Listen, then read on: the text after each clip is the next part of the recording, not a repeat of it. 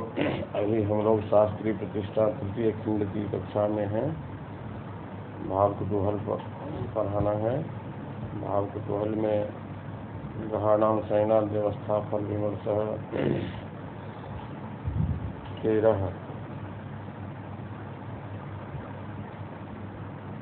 भाग 13 पाठ्यांश है। गदागमो जन्मनिजस्य राहो क्लेशाधिकत्वं शयनं प्रयाते पुरुषेथ युगमेऽपि च कन्यकाया मजे समाजो धनधान्यराशे। यस्य जन्मनि राहो शयनं प्रयाते तस्य गदागमः क्लेशाधिकत्वम् अथ वृषे युगमेऽपि च कन्यकाया मजे प्रयाते तदा धनधान्यराशेन समाजः स्यात्। यस्य जातकस्य जन्म समये राहु शयनावस्थायाम् अवस्थितः जन्मनि राहु शयनं प्रयाते शयनावस्थायाम् अवस्थितः राहु स्यात् असौ जनः गदागमः रोगान्वितः तत्र तस्य शरीरे सर्वदा गदस्य रोगस्य आगमः भवति। सर्वदा रोगी भवति असौ जनः। क्लेशाधिकत्वं विविध क्लेशाधिकत्वं भवति। विविध क्लेशेन कष्टेन क्लान्तः जायते। यदि अयं राहु एतादृशः राहु अर्थात शयनावस्थायाम् अवस्थितः राहु वृषे मिथुन कन्या मेष वृष मिथुन कन्या वृषे युग्मे च कन्यका या मजे प्रयाते यदि एतादृशः राहु आज मेष वृष युग्म मिथुन कन्यकायां कन्या राशौ वा अवस्थितः स्यात् तदा धनधान्यराशेः समाजः। तदा एतादृशः जातकः धनधान्यैः समन्वितः अलंकृतः स्यात् अर्थात धनवान जायते। इसे जातक के जन्म समय में राहु शयनावस्था में हो वह सदा रोग से आक्रांत रहता है। उसके शरीर में कोई न कोई रोग सतत रहता ही है और वह विविध प्रकार के अन्य कष्टों से भी दुखी रहता है। यदि शयनावस्थागत राहु मेष वृष मिथुन अथवा कन्या राशि में अवस्थित हो तो जातक विविध प्रकार के धन्यों से युक्त रहता है।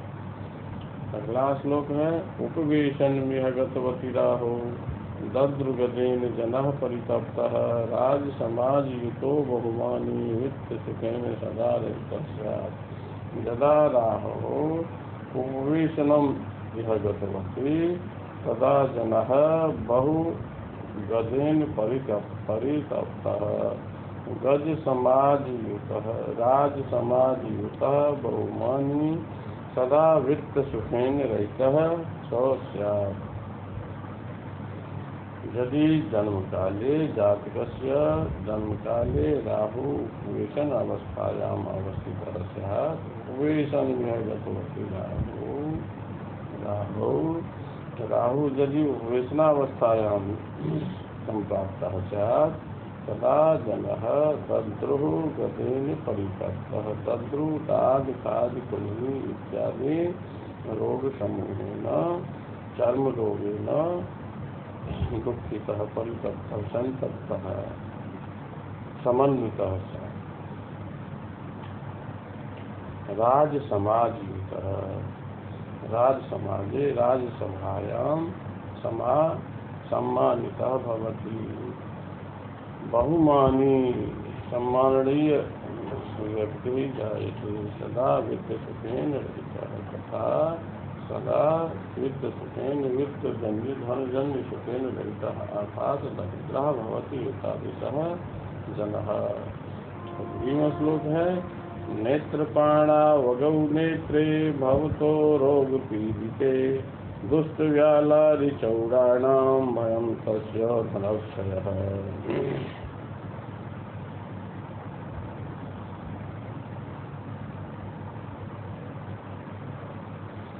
अगौ नेत्रपाणौ तदा तस्य नेत्रे रोगपीडिते भवतः दुष्टव्यालारिचौराणां भयं धनक्षयश्च भवति। यस्य जातकस्य जन्म समय अगौ राहु नेत्रपाणि अवस्थायाम् अवस्थितः राहु यस्य जातकस्य जन्म समये तस्य नेत्रे रोगपीडिते भवतः तस्य नयने रोगान्विते रोगाक्रान्ते स्तः। दुष्टव्यालारिचौराणां भयं दुष्टव्याल अरि शत्रु चौर इत्यादीनां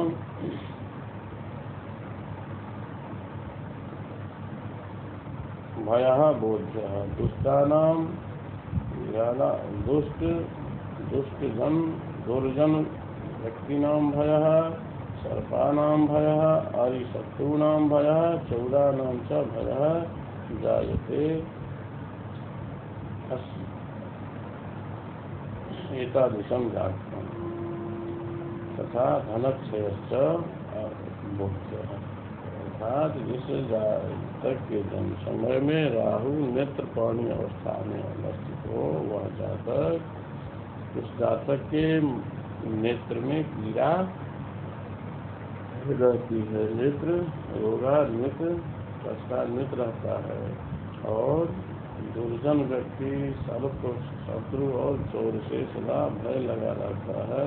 उसका संचित धन नष्ट हो जाता है।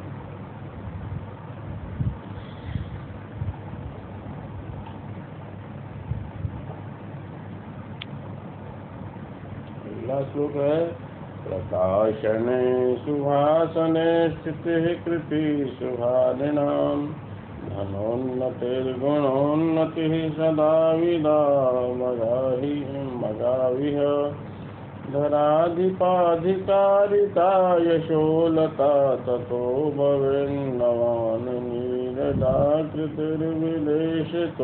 महोन्नतिः।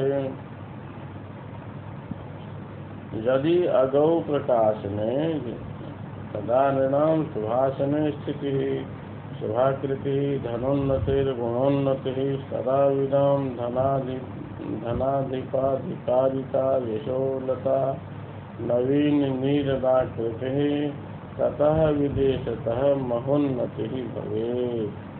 यस्य जातकस्य जन्म समये राहुः प्रकाशनावस्थायां सम्प्राप्तः प्रकाशनावस्थायाम् अवस्थितः राहुः यदि स्यात् तस्य असौ जातकः नृणां सुभाषणे स्थितिः नृणां सुभाषणे उच्चपदासीनः भवति। शुभाकृतिः तस्य आकृतिः सौम्या आकृति कृत्या अन्वितः अलङ्कृतः समन्वितश्च बोध्यः। धनोन्नतिर्गुणोन्नतिः अर्थात् धान्यानाम् उन्नतिः अभिवृद्धिः गुणानाम् अभिवृद्धिः जायते। सदा विदां धनाधिपाधिकारिता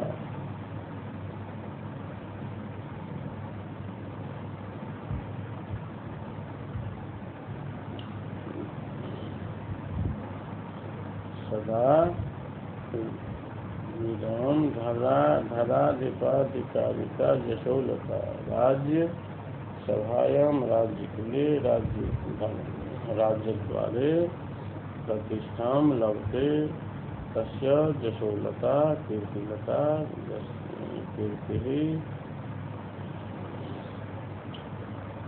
चतुर्दिक् प्रसरति नवीन नीरदाकृतिः नवीन नीरद इव नवीन मेघ इव आकृति तस्य भवति अर्थात तस्य वर्णः श्यामलः श्याम वर्णाकृति सौम्याकृतिश्च भवति विदेशगमने विदेशं गत्वा प्रतिष्ठां लभते महोन्नतिर्जायते जातकस्य कीर्तिः विदेशे वर्धति। इस तरह से समझना चाहिए कि राहु जिस जातक के जन्म समय में राहु प्रकाशनावस्था में हो वह जातक सुहासने निनाम सुहासने उसकी पदोन्नति होती है, वह उच्च पदासीन होता है और उसकी आकृति बहुत सौम्य होती है, जस दूर दूर तक फैलता है, धन की अभिवृद्धि होती है और गुण की वृद्धि होती है, वह पंडित होता है, सदाविदम गुणोदक धराधिपाधिकारिका वह राज उनसे प्रतिष्ठा को पाता है और उसका जस उसकी कीर्ति चारों चतुर्दिक फैलती है, जसोलता। और नवीन नीरदाकृति नीर के समान उसकी आकृति होती है, ततः विदेशतः महोन्नति और विदेश जाने पर उसकी उन्नति होती है, वह बहुत उच्च पदवी को प्राप्त करता है।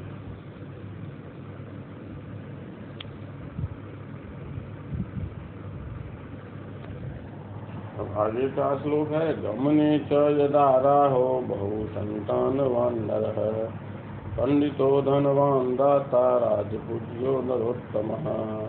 यदा राहो गमने तदा नरः बहु संतानवान् पंडितः धनवान् दाता राजपूज्यः नरोत्तमश्च भवति। यदि राहु गमनावस्थायाम् अवस्थितः तदा मनुष्यः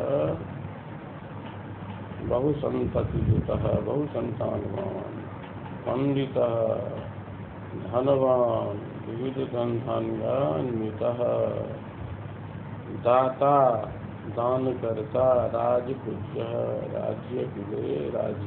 राज्येन पूजनीयः राज्ञया पूजनीयः राजपूज्यः नरोत्तमः नरेषु उत्तमः श्रेष्ठः पुरुषश्च जायते। तो आदर्श पुरुषः जायते एकादशः जनः। तो जिस जातक के जन्म समय में राहु गमनावस्था में हो वह बहुत संतति वाला होता है, पंडित धन धान्य से युक्त, चित्त का दाता, राजपूज्य राजकुल के द्वारा पूजनीय होता है और आदर्श श्रेष्ठ नर की कोटि में उसकी गिनती होती है, चतुर्दिक को सम्मान मिलता है। ऐसे आगे का श्लोक,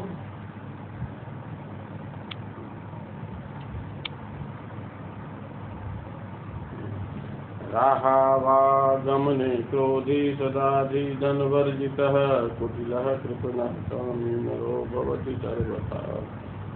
यदा राहौ आगमने तदा नरः क्रोधी सदाधि धनवर्जितः कुटिलः कृपणः तथा सर्वथा कामी भवति। यस्य जातकस्य जन्म समय राहुः आगमनावस्थायाम् अवस्थितः स्यात् असौ नरः सदा क्रोधी सदा धनवर्जितः बुद्धि धन रहितः कुटिलः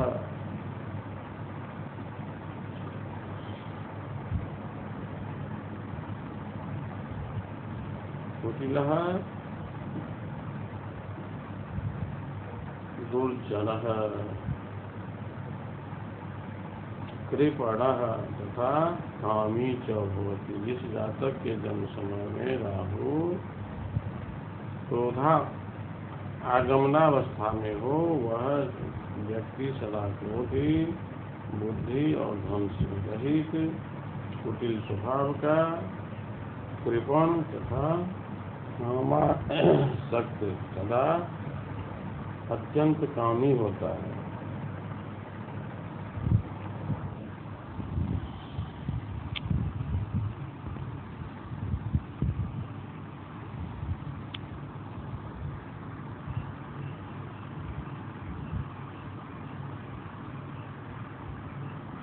आगे का श्लोक है, सभागते यदा राहो पंडितः कृपणो नरः नाना गुण परिक्रांतो वित्तसौख्यसमन्वितः यदा राहो सभा अवस्थागते तदा नरः पंडितः कृपणः नाना गुण परिक्रांतः तथा वित्तसौख्यसमन्वितः च।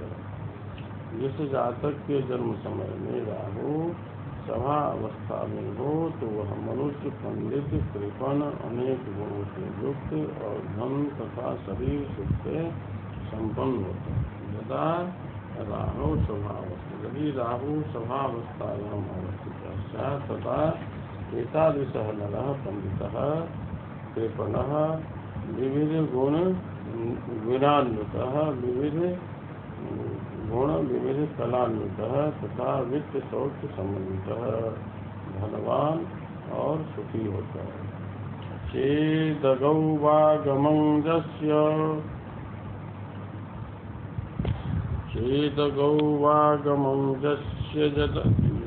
जाते तदा चेदगौ वागमं जस्य जाते तदा व्याकुलत्वं तदा रातिभीत्या महत् बन्धुवादो जनानां निपातो भवेत् वित्तहानिः सठत्वं कृशत्वं तथा।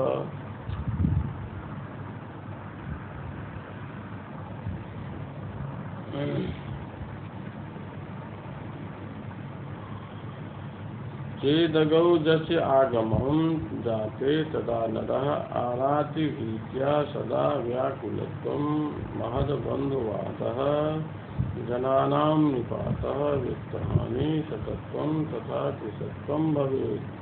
यस्य जातकस्य जन्म समय राहु आगमनावस्थायाम् अवस्थितः स्यात् असौ नरः आराति भीत्या शत्रुभीत्या सदा व्याकुलत्वं शत्रुभ्या सदा व्याकुलतां प्राप्नोति सदा व्याकुलः जायते। महद्बन्धुवादः बन्धुवर्ग है विवादान्वितः जनानां निपातः वित्तहानिः जनानां निपातः परिजन रहितः वित्तहानि धनहानि सठतायुतः कृशत्वं च अत्यंत कृशकायः च भवति। जिस जातक के जन्म समय में राहु आगमनावस्था में हो वह पुरुष शत्रुओं के भय से सर्वदा भयभीत रहता है। आरात विद्या व्याकुलत्वं शत्रुओं के भय से भयभीत रहता है। महद बंधुवादः और बंधु विवाद में बंधुजन से विवादित रहता है। बंधुजन के विवाद से आक्रांत रहता है। जनानां निपातः परिजन से रहित वित्त हानि धन हानि निर्धन और सठता जन्य गुणों से युक्त और अत्यंत कमजोर कृशकाय होता है अत्यंत कमजोर होता है।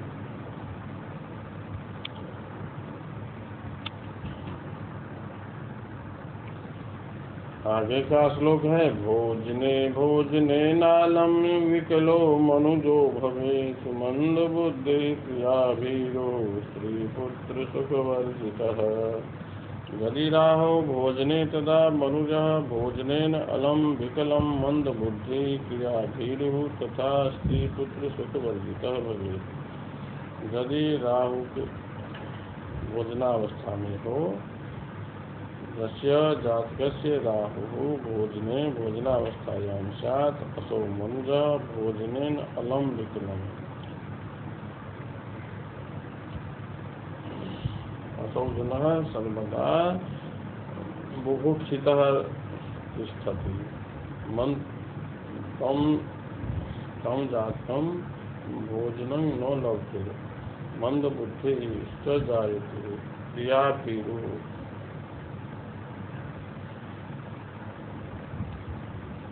क्रियाभीरुः कर्महीनः स्त्री पुत्र सुखवर्जितश्च सः। जिस जातक के जन्म समय में राहु भोजनावस्था में हो, उस जातक को भोजन की प्राप्ति नहीं होता है, वह सर्वदा बुभुक्षित ही रहता है, भूखा ही रहता है तथा बुद्धि मंद बुद्धि का होता है, बुद्धि विहीन होता है और कर्मच्युत होता है, कर्मच नहीं होता है। सदा कार्य से काम से भागता फिरता है और स्त्री पुत्र जन्य सुख से वंचित रहता है।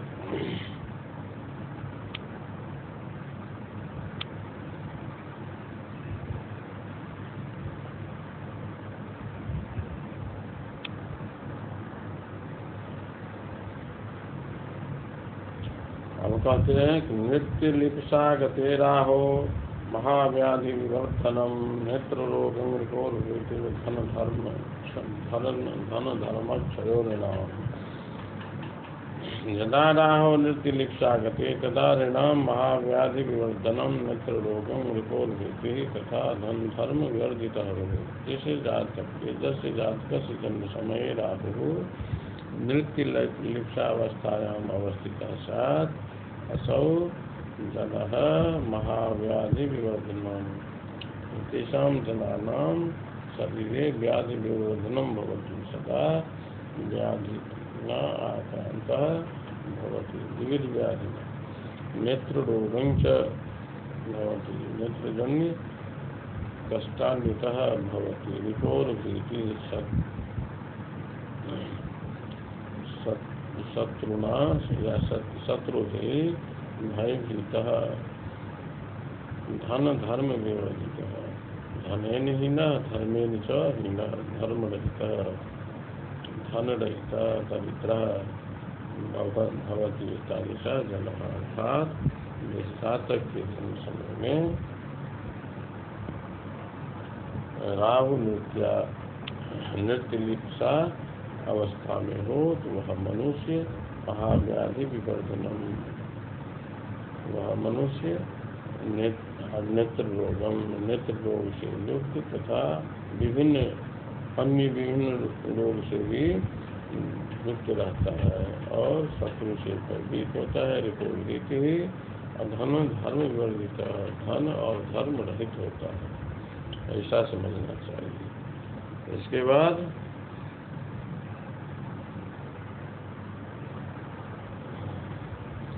कौतुके च यदा राहौ स्थानहीनो नरो भवेत् परदाररतो नित्यं परवृत्तोपहारकः। यदा राहौ कौतुके नरः स्थानहीनः परदाररतः तथा नित्यं परवृत्तापहारकः भवेत्। जैसे जातकस्य जन्म समये राहुः कौतुकावस्थायाम् अवस्थितः स्यात् असौ जनः स्थानहीनः। अस्य जनस्य स्थानं निश्चितं न वर्तते।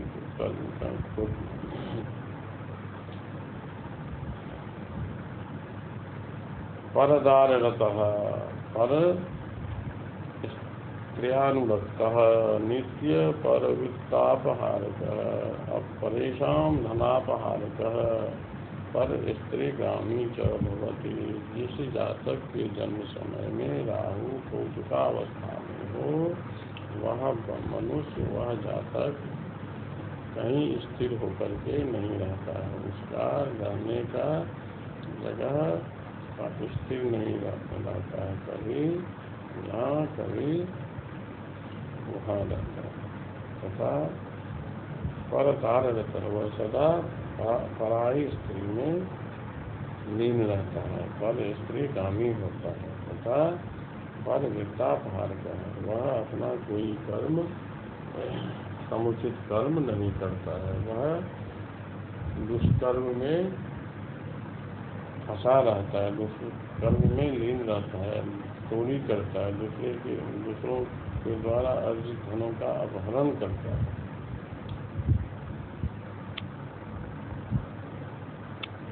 आगे का श्लोक है,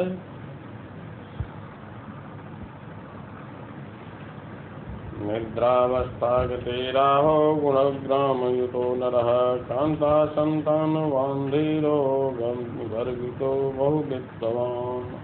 बहुवित्तवान्। राहो निद्रावस्थागते तदा नरः गुणग्रामयुतः कांता संतानवान् धीरः गर्वितः तथा बहुवित्तवान् भवेत्। यस्य जातकस्य जन्मसमये राहुः निद्रावस्थायाम् अवस्थितः स्यात् असौ जनः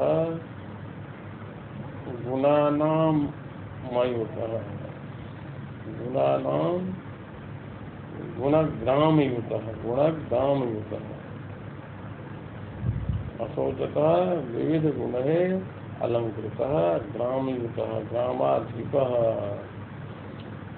तथा कांता संतानवान, कांता स्त्री और संतान संतति से स्त्री संतति यही अलंकृत समन्वित युक्त गंभीर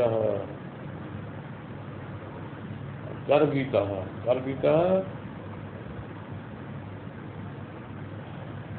अहंकारी बहुवित्तवान विविध धनान्वितः ऐश्वर्यवान च भवति। अर्थात जिस जातक के जन्म समय में